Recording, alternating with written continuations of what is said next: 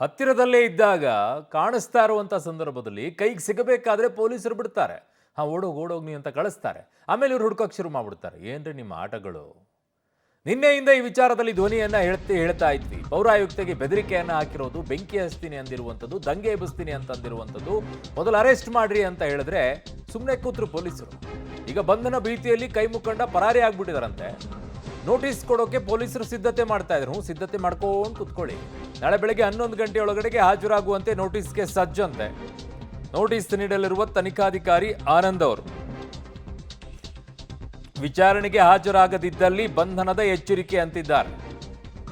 ದೂರುದಾರರ ಮೇಲೆ ಯಾವುದೇ ಪ್ರಭಾವ ಬೀರದಂತೆ ಎಚ್ಚರಿಕೆಯನ್ನ ಕೊಟ್ಟಿದ್ದಾರೆ. ಶಿಡ್ಲಘಟ್ಟ ನಗರಸಭೆ ಪೌರಾಯುಕ್ತೆಗೆ ಬೆದರಿಕೆ ಪ್ರಕರಣಕ್ಕೆ ಸಂಬಂಧಪಟ್ಟಂತೆ ಆಗಿರುವಂಥ ಬೆಳವಣಿಗೆ, ಇಲ್ಲಿಯವರೆಗೂ ಅರೆಸ್ಟ್ ಮಾಡದೇ ಇರೋದೇ ಶೇಮ್ ಅಂತ ಅನಿಸುತ್ತೆ ನನಗೆ.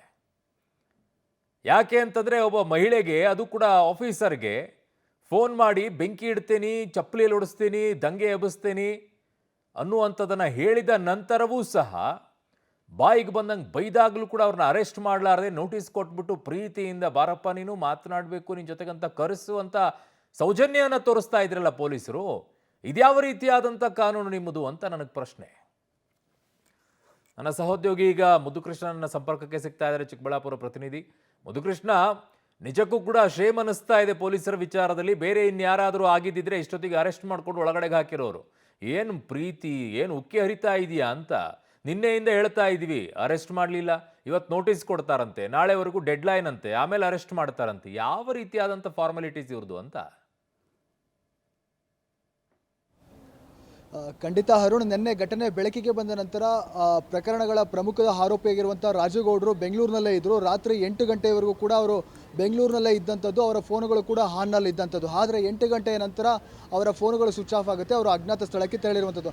ಅಂದರೆ ಅವರಿಗೆ ಗೊತ್ತಾಗಿತ್ತು ಈ ಒಂದು ಪ್ರಕರಣಕ್ಕೆ ಸಂಬಂಧ FIR ತಮ್ಮ ಮೇಲೆ ದಾಖಲಾಗ್ತಿರೋ ಅಂಥ ರೀತಿಯಲ್ಲಿ. ಹಾಗಾಗಿ ಬಂಧನದ ಭೀತಿಯಿಂದ ರಾಜುಗೌಡರು ತಲೆಮರೆಸಿಕೊಂಡಿದ್ದಾರೆ. ಹಾಗಾಗಿ ಇಡೀ ರಾತ್ರಿ ಪೊಲೀಸರು ಅವ್ರಿಗಾಗಿ ತಲಾಶನ ಮಾಡಿದ್ದಾರೆ. ಬೆಂಗಳೂರು ಸೇರಿದಂತೆ ಅವರ ನಿವಾಸ ಮತ್ತು ಏರ್ಪೋರ್ಟ್ನಲ್ಲೂ ಕೂಡ ಹುಡುಕಾಡಿರುವಂಥದ್ದು. ಆದರೆ ಅವರ ಕೈಗೆ ಸಿಕ್ಕಿಲ್ಲ. ಆದರೆ ಒಬ್ಬ ಸಾಮಾನ್ಯ ವ್ಯಕ್ತಿ ಈ ಥರದ ಪ್ರಕರಣಗಳಲ್ಲಿ ಸಿಕ್ಕಿ ಹಾಕೊಂಡಿದ್ದಾಗ ಪೊಲೀಸರು ಎಷ್ಟು ಬೇಗ ಅವರನ್ನು ಬಂಧಿಸ್ತಾರೆ. ಆದರೆ ಈ ಥರದ ವ್ಯಕ್ತಿಯನ್ನು ಬಂಧಿಸಲಿಕ್ಕೆ ಯಾಕೆ ಇಷ್ಟೊಂದು ಮೀನಾವೇಶವನ್ನು ಮಾಡಿದ್ರು, ತಡವನ್ನು ಯಾಕೆ ಮಾಡಿದ್ರು ಅನ್ನೋದೇ ಎಲ್ಲರ ಪ್ರಶ್ನೆ ಆಗಿರುವಂಥದ್ದು. ಸಹಜವಾಗಿ ನಿನ್ನೆ ಮಧ್ಯಾಹ್ನ 3 ಗಂಟೆಗೆ ಅಮೃತ ಗೌಡರು ಖುದ್ದು ಇದೇ ಪೊಲೀಸ್ ಠಾಣೆಗೆ ಹಾಜರಾಗಿ ದೂರನ್ನು ಸಲ್ಲಿಕೆಯನ್ನು ಮಾಡ್ತಾರೆ. ಸಲ್ಲಿಕೆ ಮಾಡಿದ ನಂತರ ಅದನ್ನು FIR ಮಾಡಲಿಕ್ಕೆ 3-4 ಗಂಟೆ ವಿಳಂಬ ಆಗುತ್ತೆ. ಕಾರಣ ಯಾಕೆಂದರೆ ಇದೊಂದು ಸೂಕ್ಷ್ಮವಾದಂಥ ಪ್ರಕರಣ ಆಗಿತ್ತು. ಸಹಜವಾಗಿ ಇದರಲ್ಲಿ ಜಿಲ್ಲಾ ಉಸ್ತುವಾರಿ ಸಚಿವರು ಸಹಜವಾಗಿ ಕಾಂಗ್ರೆಸ್ ಮುಖಂಡ ಆಗಿರೋ ಕಾರಣದಿಂದ ಕಾಂಗ್ರೆಸ್ ನಾಯಕರು ಈ ಒಂದು ಪ್ರಕರಣದಲ್ಲಿ ಪೊಲೀಸರಿಗೆ ಮಧ್ಯಪ್ರವೇಶವನ್ನು ಮಾಡಿದರು. ಹಾಗಾಗಿ ಕೆಲವು ಸಲಹೆ ಸೂಚನೆಗಳನ್ನು ಕೊಟ್ಟಿದ್ದರು. ಅದರ ಪರಿಣಾಮವಾಗಿ FIR ಮಾಡಲಿಕ್ಕೆ ಕೂಡ ಒಂದಷ್ಟು ರಾತ್ರಿ ತಡ ಆಯಿತು. ರಾತ್ರಿ 9 ಗಂಟೆಗೆ FIR ದಾಖಲಾಗುತ್ತೆ. ಅದು ಅಮೃತ ಗೌಡರು ಕೊಟ್ಟಿದ್ದ ದೂರಿನ ಮೇರೆಗೆ. ಮತ್ತೊಂದು ದೂರು, ಈ ಒಂದು ಆಡಿಯೋದಲ್ಲಿ ಸ್ಥಳೀಯ ಶಾಸಕ BN ರವಿಕುಮಾರ್ ಅವರ ವಿರುದ್ಧ ಕೂಡ ನಿಂದನೆಯ ಮಾತುಗಳನ್ನು ರಾಜುಗೌಡರು ಹಾಡಿದರು. ಹಾಗಾಗಿ ರವಿಕುಮಾರ್ ಅವರ ಪರವಾಗಿ JDSನ ತಾಲೂಕು ಉಪಾಧ್ಯಕ್ಷ ಶ್ರೀನಿವಾಸ ಗೌಡ ಕೂಡ ದೂರನ್ನು ನೀಡಿದರು. ಅದು ಸರಿ, ಈಗ 2 FIRಗಳು ರಾಜುಗೌಡ ವಿರುದ್ಧ ಅಧಿಕೃತವಾಗಿ ದಾಖಲಾಗಿದೆ. ಅವರನ್ನು ಬಂಧನ ಮಾಡಲಿಕ್ಕೆ 2-3 ತಂಡಗಳನ್ನು ಮಾಡಿ ಈಗಾಗಲೇ ಹುಡುಕಾಟವನ್ನು ಮಾಡಿಸ್ತಾ ಇದ್ದಾರೆ. ಆದರೆ ಇಡೀ ರಾತ್ರಿ ಹುಡುಕಾಡಿದ್ರು, ಅವರು ಎಲ್ಲೂ ಪತ್ತೆಯಾಗಿಲ್ಲ. ಈಗ ಮುಂದಿನ ಕಾನೂನು ಕ್ರಮವಾಗಿ ಅವರಿಗೆ ನೋಟಿಸನ್ನು ಜಾರಿ ಮಾಡೋದಕ್ಕೆ ಪೊಲೀಸರು ತಯಾರಿ ಮಾಡಿಕೊಳ್ತಾ ಇದ್ದಾರೆ. ನಾಳೆ ಖುದ್ದು 11 ಗಂಟೆಯ ಒಳಗಾಗಿ ಹಾಜರಾಗಬೇಕು, ಇಲ್ಲದಿದ್ದರೆ ಕಾನೂನು ರೀತಿಯ ಕ್ರಮವನ್ನು ಎದುರಿಸಬೇಕು ಅನ್ನೋಂಥ ಎಚ್ಚರಿಕೆಯ ನೋಟಿಸನ್ನು ಪೊಲೀಸರು ನೀಡೋದಕ್ಕೆ ತಯಾರಿಗಳನ್ನು ಮಾಡಿಕೊಳ್ತಾ ಇದ್ದಾರೆ. ಅರುಣ್. ಓಕೆ ಮುದ್ದುಕೃಷ್ಣ, ನಿಮ್ಮೆಲ್ಲ ಮಾಹಿತಿಗೆ ಧನ್ಯವಾದಗಳು. ಸೊ ಈ ವಿಚಾರದಲ್ಲಿ ಈಗ ಏನಾಗಿತ್ತು, ಬೆಳಗಾವಿ ಅಧಿವೇಶನದಲ್ಲಿ CT ರವಿ ಅವರು ಮಾತನಾಡಿದ್ದಕ್ಕೆ ಅರೆಸ್ಟ್ ಮಾಡ್ಕೊಂಡು ರಾತ್ರಿ ಎಲ್ಲ ಸುತ್ತಾಡಿಸಿದ್ರಲ್ಲ, ಇಲ್ಲಿ ಯಾಕಂಗೆ ಮಾಡಲಿಲ್ಲ?